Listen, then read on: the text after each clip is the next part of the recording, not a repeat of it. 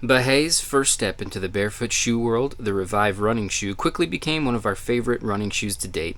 Not only were they balanced just right as a minimal runner, there's also the added benefits of their grounding technology, connecting you electrically to the earth while still wearing shoes.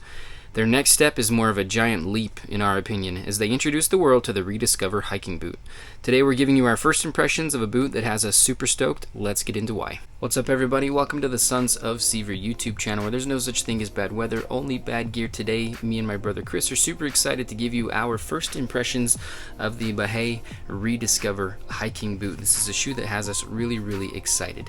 Now, the first thing that I want to do is give you the pre-order details so that you don't miss out on that. If you watch the video and you want to pick up a pair of these, then just know that as of today, August 5th, 2024, the pre-order for these is live. There's only 250 pairs in each colorway for this first batch. Now, they expect them to be delivered sometime in November, but there is a link down in the description of the video that you can use to get to their website and go and make that pre-order. So if you're looking to pick up a pair, definitely jump on it. I'm going to send it over to Chris now to give you his first impressions of the boot.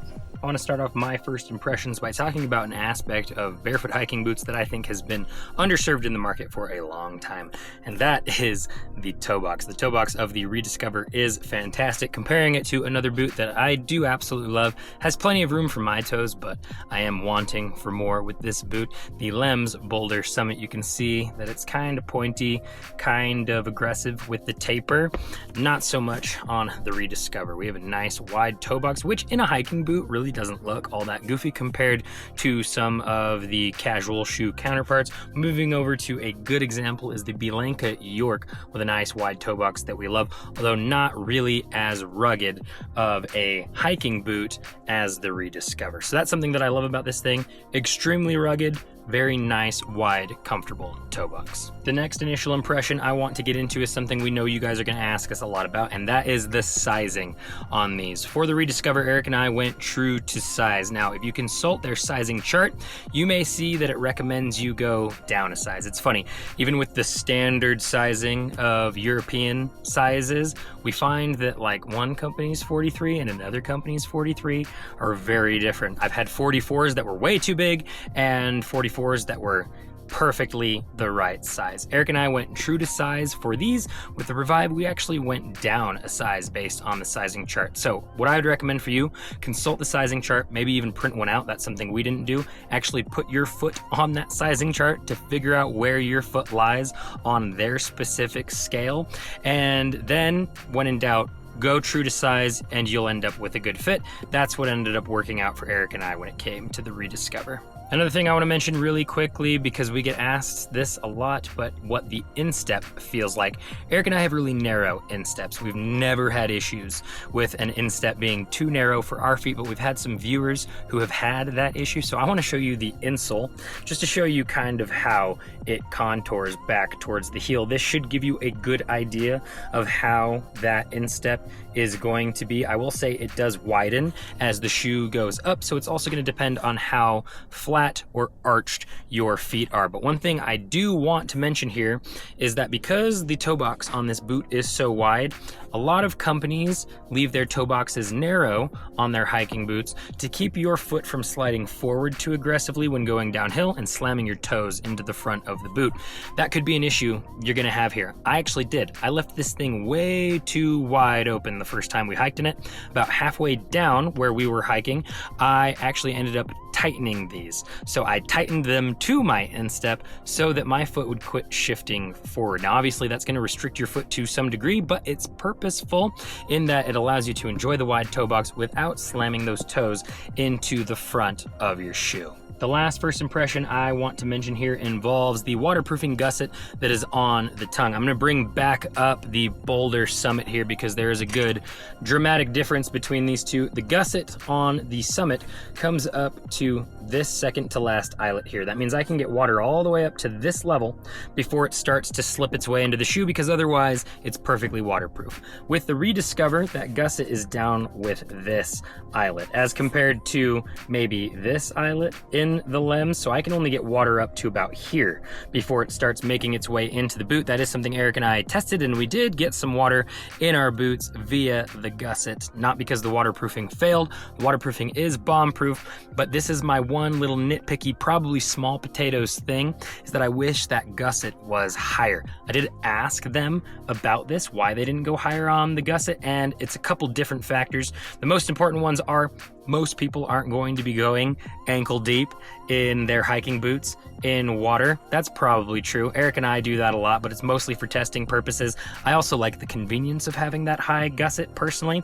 The second factor is fitting. Being able to get your foot in there. A high gusset can sometimes mess with your ability to open the boot up wide. Lems has figured it out, so clearly we have the technology, but again, not a deal breaker for me with the Rediscover. I still think it does so many other things well, but definitely something that I would prefer to see changed if I could. Getting into my final opinion of my first impressions of the Bahe Rediscover, I think this has the potential to be the best barefoot hiking boot on the market this fall and winter. It checks all of my boxes. There's going to be a subjective thing. Maybe it doesn't check all of your boxes. Maybe it's missing something you think it needs. But for me, a wide toe box, zero drop, plenty flexible for a hiking boot, and it's completely waterproof. Maybe the one thing that it's missing is ground feel, but the base stack height is 14 millimeters. You can get a good amount of ground feel out of 14 millimeters, especially compared to something like my beloved Boulder Summit. This has way more ground feel than that, and yet is somehow way more rugged at the same time. So I really like this thing so far. I'm super excited to see how it handles different environments that we're going to put it in, especially excited to see how it handles snow when we finally get to that part of the year. But make sure you are subscribed to the channel and you have notifications on so that you can be the first to see our in-depth review of this guy after we've really put it through its paces. But so far, it is very promising. It is solid, it is rugged, and I absolutely love it. Alright, I'm going to talk real quick about balance because that is the name of the game when it comes to barefoot shoes. And I think that Bahé kind of swung the balance of this shoe more towards durability and less towards barefoot feel. So I'm going to call this more of a minimal boot than it is a barefoot boot. I still haven't totally broken this thing in. It does have some decent flex for a hiking boot, more than anything from like Solomon or Merrell or brands like that, but less than what a barefoot hiker might want. But I think that those are good things. The toe box is very wide and it has a ton of volume. Your toes are going to be very happy in this boot, and it is zero drop, so it's not going to mess up your posture or anything like that, but it's going to last a long time. It's got this rubber bumper here and here, and that extra stack height is going to give you a lot of comfort for long and arduous hikes. I think that they nailed the balance just right for a technical hiking boot, something that you could take backpacking and on multi-day trips. So if there is anything negative about my first impressions, that might be it for you. If you're looking for the most minimal hiking boot that you can find, then this isn't going to be it. But if you're looking for something that's zero drop, that has a wide toe box and is really, really comfortable for technical stuff, for multi-day trips, then I think this is going to be a really, really great option for you. The waterproofing on it was really, really good. I know Chris talked about the gusset not being quite as high as we would like, but as long as the water doesn't come above the gusset, it was 100% waterproof for us, and I really liked the traction as well. This is a really good sticky rubber, and it's a good traction pattern, so it worked really well while I was walking around at the base of this waterfall. I didn't feel like I was ever gonna slip, and obviously it does a really, really good job on dry trail as well. I really like the way that the boot looks. The colorways that they have on these are all pretty good, and I think that this will just fit in with your friends who are wearing Solomons and Merrells and things like that. There's some barefoot hiking boots out there where you look at it and you're like, yeah, that's kind of a weird barefoot shoe, but this one fits in with the rest of them, but you still get those added benefits, and then you also get the added benefits of grounding.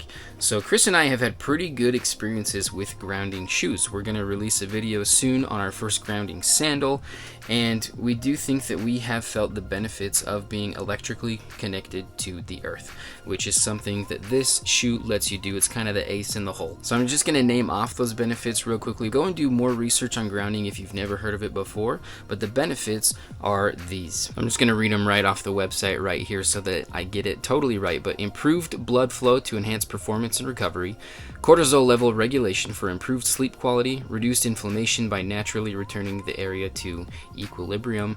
Chris and I both had injuries when we picked up the Bahe Revive running shoes, and we feel like those aided us in our recovery process a little bit, so you should go and check out that video of those shoes if you want to hear more about that. But this is our first impressions of this boot. It's something that we're really excited about. Again, if you're interested in it, use our link in the description of the video to get to their website and get your pre-order in, because we feel like they're going to go pretty quickly. Let us know down in the comments section what you think about these boots, if you think that you're going to pick them up or not, and if there's any other gear that you want us to review, we would love to hear your suggestions. We're always reaching out to companies, but if you've got something you think that we haven't heard of yet, then definitely let us know. As always, folks, thank you so much for the view. We really appreciate it. If you liked this video, make sure that you're liked and subscribed to the channel. We have a ton more gear reviews coming down the pipeline. You can also follow us at a few different places online. You can check out our Patreon page. Subscription there is only $1 a month, and then you get some exclusive content from us that we don't post anywhere else. We're also very active on Instagram. When Chris gets in the gear that we're reviewing, he unboxes it and then he posts it there. So if you want to get an up-to-date view of the things that we're getting on our hands and starting to work with, then follow us on Instagram. You can also come and follow us on Strava. That's a cool app where you can track all of your active endeavors. So whether that's running or hiking or biking or paddling, whatever it is, you can go on there and you can log it and keep track of it all there. And it's also meant to build a community, so come and follow us. We'll follow you back and come be part of that little community that we're starting to build up on Strava. And we will see you in the mountains.